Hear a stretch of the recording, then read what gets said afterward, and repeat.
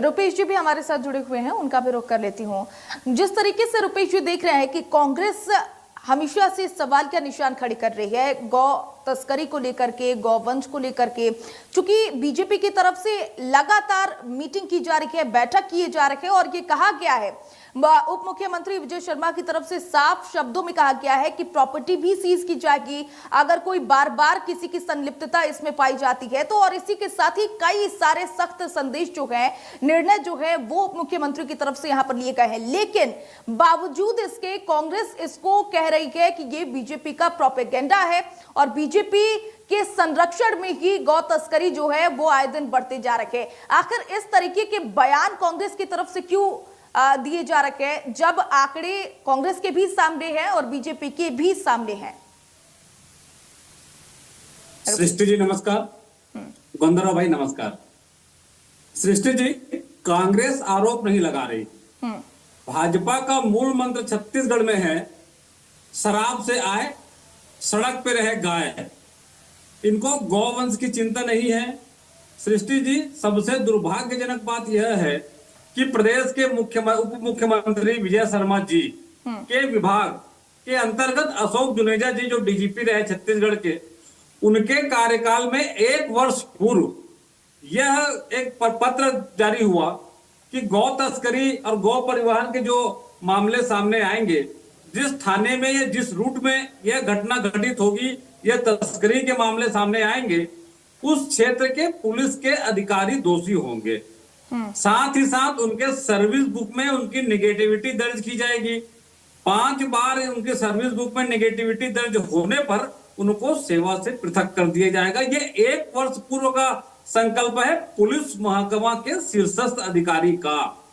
और उसके बाद 1 साल में ये बता दें कि कितने पुलिस वालों पे कोई कार्रवाई हुई है, कितने पुलिस वालों के सर्विस बुक में एंट्री हुई है। लगातार छत्तीसगढ़ में भाजपा सरकार बनने के बाद शहर तो क्या, ग्रामीण क्षेत्र क्या, शहर के जी रोड जो नेशनल हाईवे है वहां भी हमने तस्करी के मामले देखे हैं। 100 गायों के साथ कंटेनर पकड़ाते हैं और बाद में मामला रफा दफा कर दिया जाता है। जिस प्रकार से बड़ी बड़ी बातें कर रहे हैं कि गाड़ी रात की जाएगी, आप मुझे बता दीजिए कि छत्तीसगढ़ में गौ तस्करी के मामले सामने आए तो कितने गाड़ियों को रात किए। और तो और जिस प्रकार से संपत्ति को अटैच कर देने की बात की जा रही है, देखिए, हम गौ माता के रक्षा करने के लिए कृत संकल्पित मन से काम करते हैं, उसमें राजनीति नहीं होना चाहिए। और मैं इस बात को राजनीतिक दुर्भावना से नहीं कह रहा हूं। लेकिन मुझे ये बताइए, कोई गौ तस्कर पकड़ा जाता है तो उसकी संपत्ति क्या गौ तस्करी से अर्जित हुई संपत्ति है? और सबसे महत्वपूर्ण बात सृष्टि जी, कल विजय शर्मा जी ने जब मीटिंग लिया तो छत्तीसगढ़ के कोई भी गौ सेवक जो हैं उनको आमंत्रित नहीं किया गया था। जो भाजपा से समर्थित हैं या जो सत्ता के गलियारों में रहते हैं, उनको 2-3 लोगों को बुला करके ये मीटिंग को कर लिया गया और वाहवाही लूटने का काम हुआ है। देखिए, यदि सही में आपकी गौ सेवा की गौरक्षा की मंशा है तो छत्तीसगढ़ में सबसे पहले आप गौरक्षा के जो संगठन है उनको तो पहचान लो। ये वही भाजपा है जब इनके कार्यकाल में 250 गाय बेमेतरा में भूख से मर गई थी। तो लगातार ये भाजपा के लोग नौटंकी ना करें। लेकिन रुपेश जी, जो सवाल आप उठा रहे हैं कि बीजेपी जो है वो इस पूरे मामले को लेकर के ना तो गौ सेवकों के लिए कुछ सोच रही है, ना ही गौ तस्करी को रोकने के लिए कोई मजबूत यहाँ पर निर्णय ले रही है। लेकिन आपसे ये भी समझना चाहूंगी, लगातार मीटिंग में भी विजय शर्मा उप मुख्यमंत्री की तरफ से यही कहा गया कि अब इस पर सख्ती दिखाने की जरूरत है।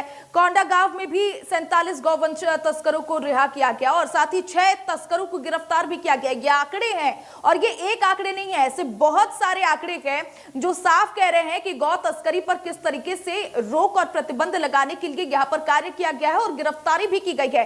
फिर कांग्रेस क्यों इस चीज को गलत बता रही है, क्यों कह रही है कि आंकड़े नहीं दिखाए जा रहे हैं, आंकड़े छुपाए जा रहे हैं और ये केवल एक तरह से नैरेटिव सेट करने की कोशिश की जा रही है, प्रोपेगेंडा के तौर पर इस्तेमाल किया जा रहा है। लेकिन असल अगर जमीनी हकीकत देखी जाए तो गौ तस्करी के मामले में कोई भी कमी देखने को नहीं मिल रही है। ऐसा क्यों कांग्रेस की तरफ से लगातार बयान दिया जा रहा, क्योंकि आंकड़े आपके भी सामने हैं। सृष्टि जी, कांग्रेस आंकड़े नहीं दे रही है, कांग्रेस आरोप नहीं लगा रही है, प्रत्यक्ष को प्रमाण की आवश्यकता नहीं है।